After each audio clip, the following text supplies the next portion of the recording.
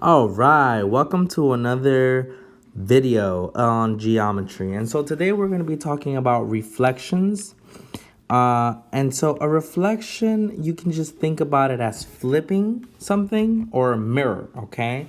So in this case, we have a line of reflection, and we're going to call it K, okay? Here's our line of reflection.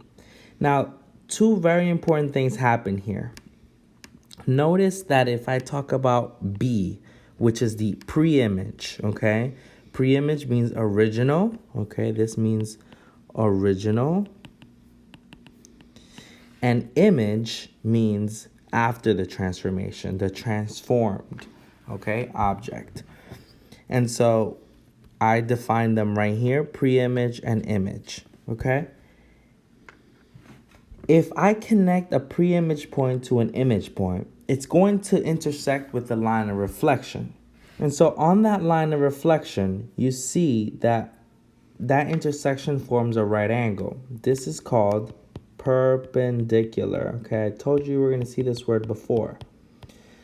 Perpendicular means they meet at a right angle, 90 degrees. Okay? They're always going to be 90 degrees. So that's one important property.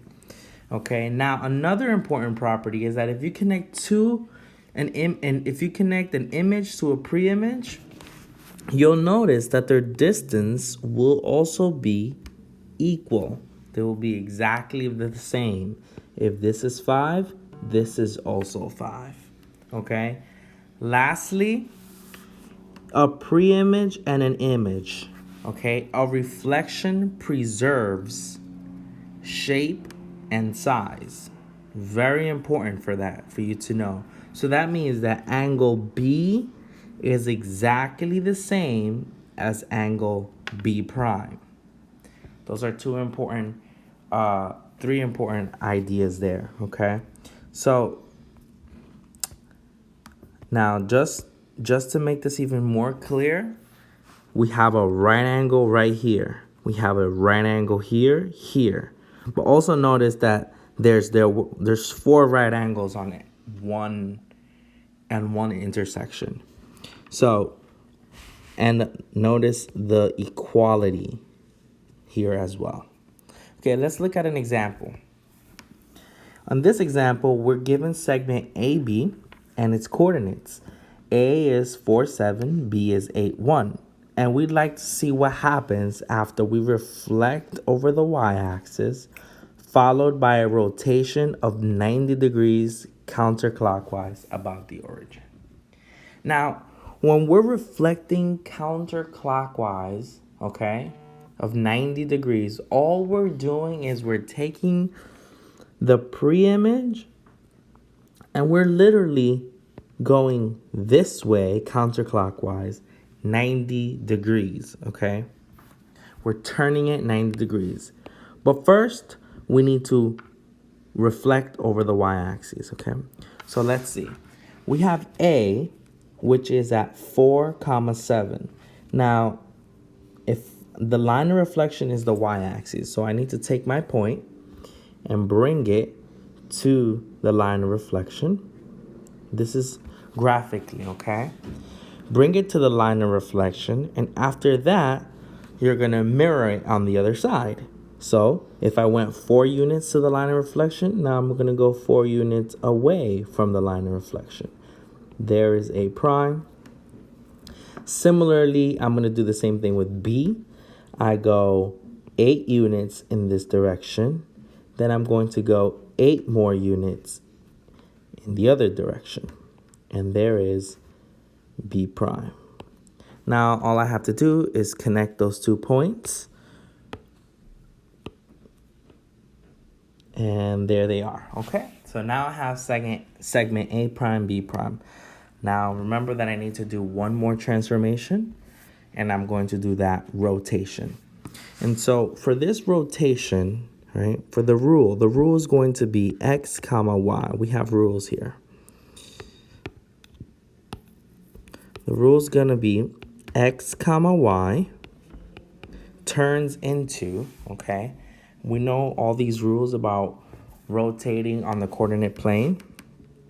it's going to become negative y comma x.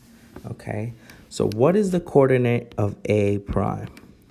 Well, the coordinates of A prime is negative 4 comma 7.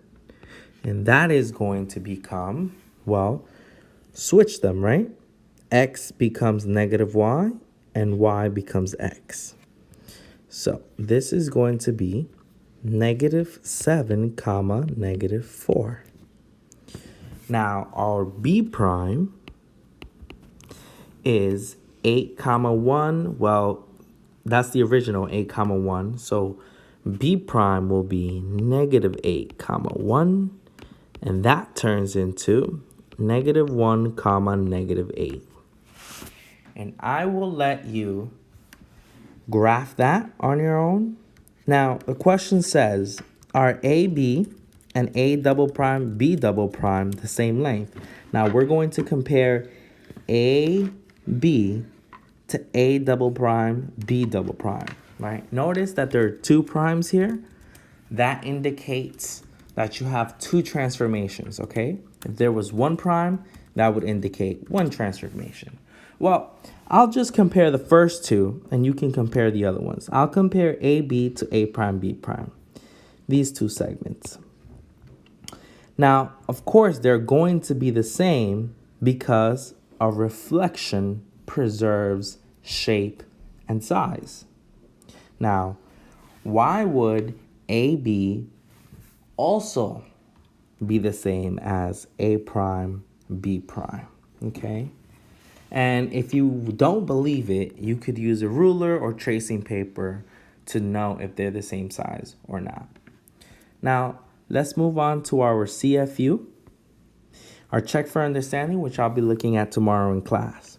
So we're given that the measure of angle BAC is equal to the measure of angle DAC. Now, remember that we're talking about BAC where A is at the vertex and A is at the vertex of also on the other angle. So BAC would be this angle right here, and DAC would be this angle right here.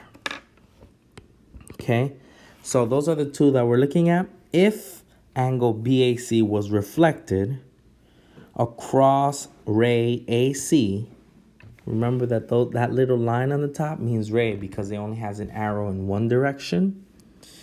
Then why must ray AB fall on top? Why must it fall on top? Okay, why must AB fall on top of AD if it was reflected about AC? And what would happen if it didn't fall on top? Why would it not fall on top? Okay. Now, we're also looking at question B. And it says, under this reflection, under the same reflection, we're reflecting AB over AC, would point B land on point D? When would point B land on point D? And does point B land on point D right now? Does it have to? That's the real question. Does it B have to land on point D? And when would that happen?